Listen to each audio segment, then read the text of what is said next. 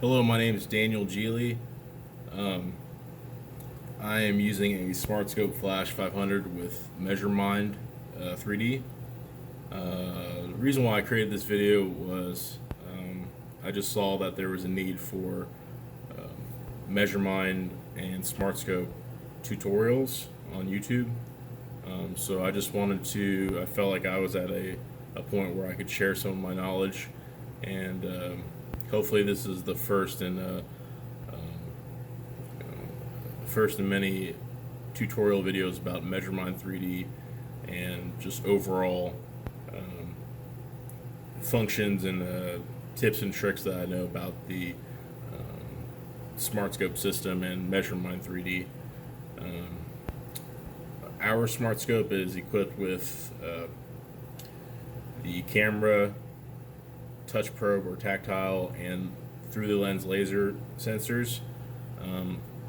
In this tutorial, I'm just going to show the very beginning of how to create a inspection routine using just the vision sensor, which everyone should have.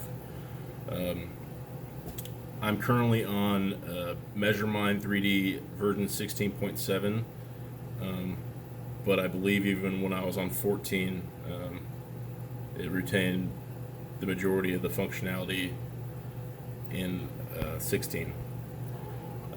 So right now I just have a really simple rectangular part on the stage, and I'm just going to show how I would at least start to create an inspection routine for this part. The first thing that I would do is start new routine, and for this particular part I'm going to use the circle target, and what we're going to do is manually stage the part, and basically we're just roughly telling the system where to start taking measurements. Once it finds and orientates itself, the system will take over and perform the rest of the inspections. But we have to tell the system where to at least start. So I'm just finding any two features on this part to align, or actually to create an origin, then align to or orientate, and then a z-axis point so I don't crash the camera going downwards. So I'm just going to pick this radius right here, and I'm just going to line up my circle target. Doesn't have to be perfect. Once I have that lined up, I'm going to press X, Y. So my coordinate system for X and Y is 0 out right here.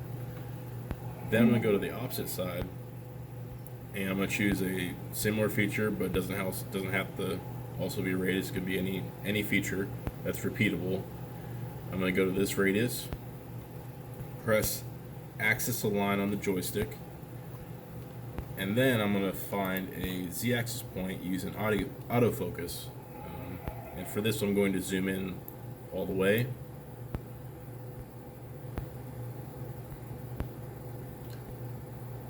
I always have this little focus box on the smaller side. It's the way I was taught. So I'm going to press in the center. And it's got to have good contrast, so I'm going to press 0 set Z. So the very first step on this routine is I'm going to create a point right here and hit done. Then I'm going to construct a datum origin.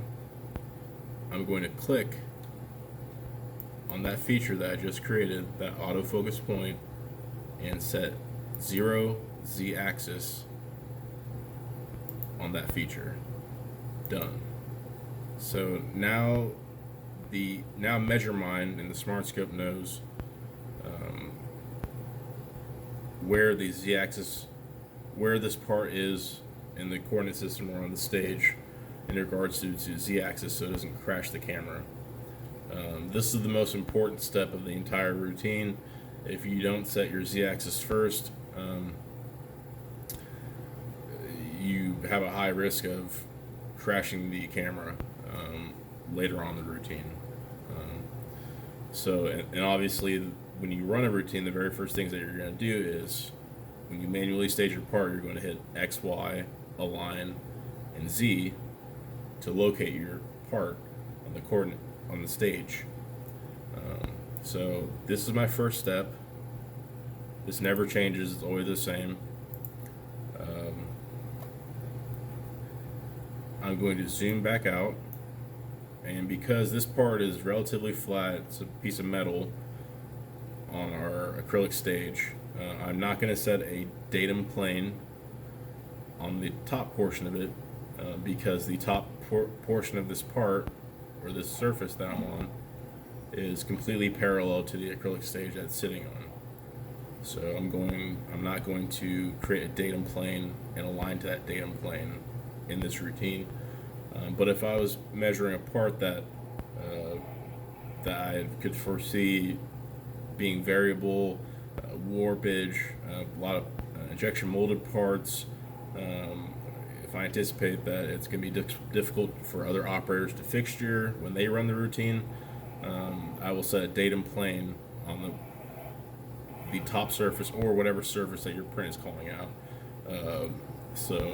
And when you set a datum, create a plane and then set that as your datum plane, all measurements will be parallel or perpendicular from that datum plane, so it can compensate for warpage.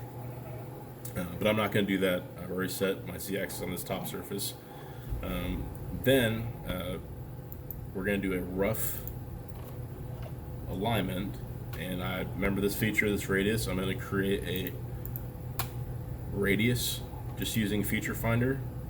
I'm going to set this towards the center of the screen. Click 3 points.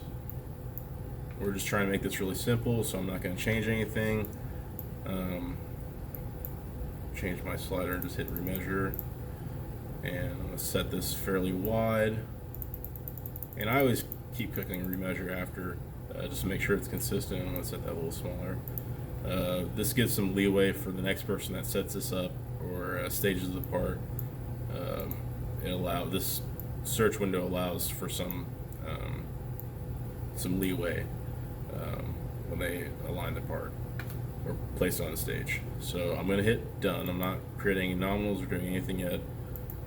I'm going to click view all, top view, and you'll see me do that all the time. I'm going to construct datum origin on that radius, X, Y, done. Okay. Then I'm going to go over to the feature that I use as my axis, and I'm going to orientate to this radius as well. So I'm going to use Feature Finder to create 3 points, set my search window. Okay, I'm happy with that. Done. Okay, what I always like to do, well, let me get to this. I'm going to construct datum axis on this radius, and I'm going to align my x-axis, and it's to the right, or 0 degrees, so I don't have to change anything. And I hit done. So this corresponds with exactly how the part is on the stage. If the feature was up or above the origin, I would align the x-axis 90 degrees. If it was below, I would align it 270 degrees. And if it was to the left of the origin point, then I would align to 180 degrees. But I didn't have to do that. I just left it at 0 because the alignment point was to the right of the origin. What I always do also is I will construct a line between the datum origin and axis features, hit composite, done. That way it's a visual cue or visual aid for me to know how my part is aligned. And then it's an easy feature to press if I ever have to use datum recall, which we'll get into that at some other point. I can just click on that line and it will recall this exact orientation. Okay, so now that I have my rough alignment, let's say the print calls out this leading edge as datum B.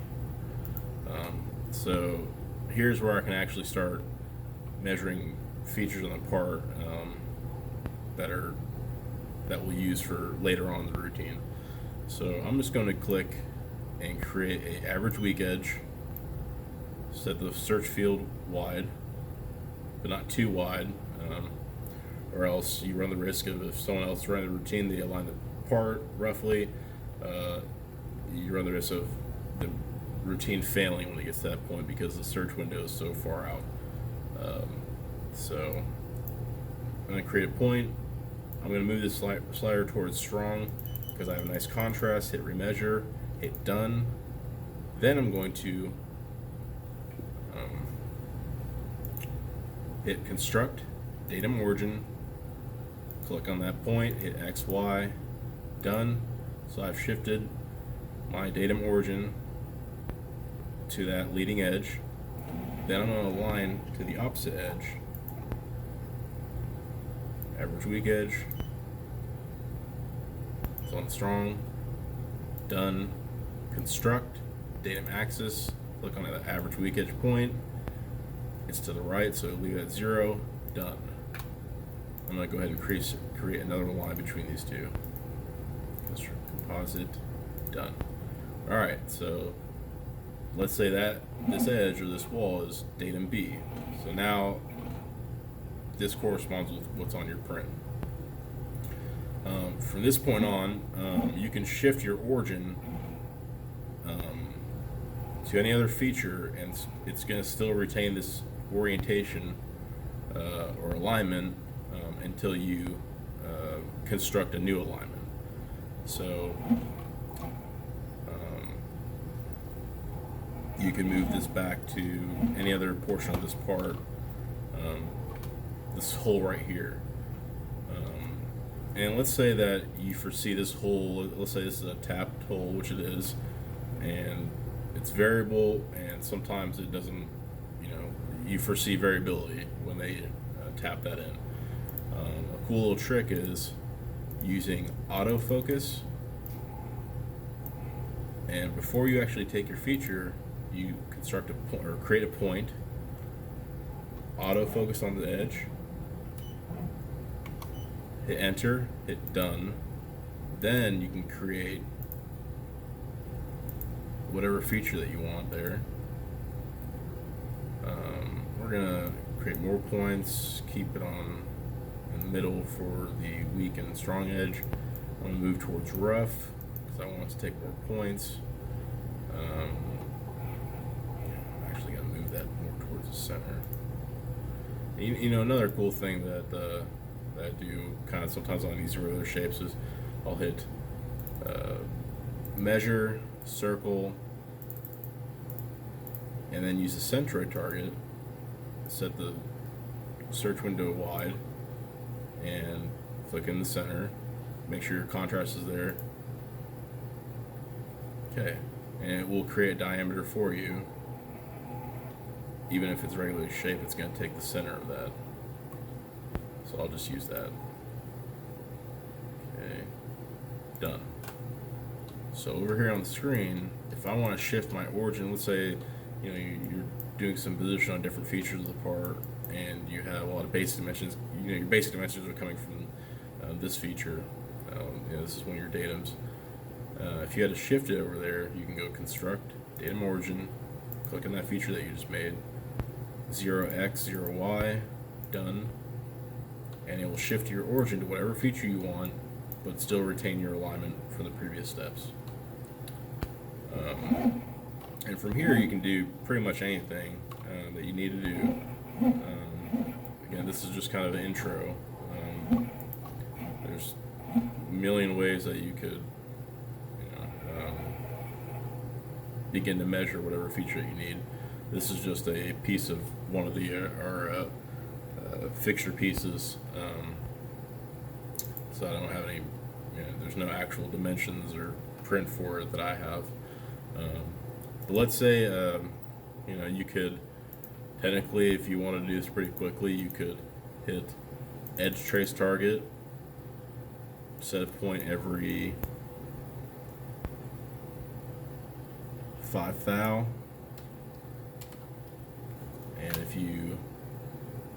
double click, it's going to go around, trace all around, and if you foresee variability in that point that I just took, you could also add an autofocus point there too to compensate for the z-axis. So this just traced the whole outside of the part. I'm gonna hit done. So on this screen I have this entire part. So if I wanted to start creating features from this edge trace, you can. If you hit construct, and let's say I want to make a circle diameter out of this corner, okay?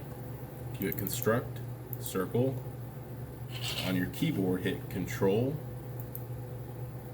hold control down, and click from right to left, and you'll see it'll change colors, and it has to be in line, and while you're holding control, but if you do that, hit done, it'll create a feature from the edge trace step. So you can do this, you can edge trace the outside of a part, and then your next steps could just be creating features from that trace. And it works for lines, circles, points. I mean, that's a really easy way to make a really easy routine. You know, you could make a line, go from 2 points, again, done, and then construct an intersection between those 2 lines, done. Okay, so you can, there's a lot that you can do with that. So yeah, if you want to play around with that and kind of just see what you can do with it, remember it's I used edge trace whatever I needed to trace. Then you go back, hold control, hit construct, whatever feature you want to, you know, let's say circle. While you're holding control, click on 2 portions from right to left, and they have to be in line, and it will create an actual feature that you can recall or use later on during your routine. So if I press run right now, it's going to copy everything I just did, or run whatever I just did.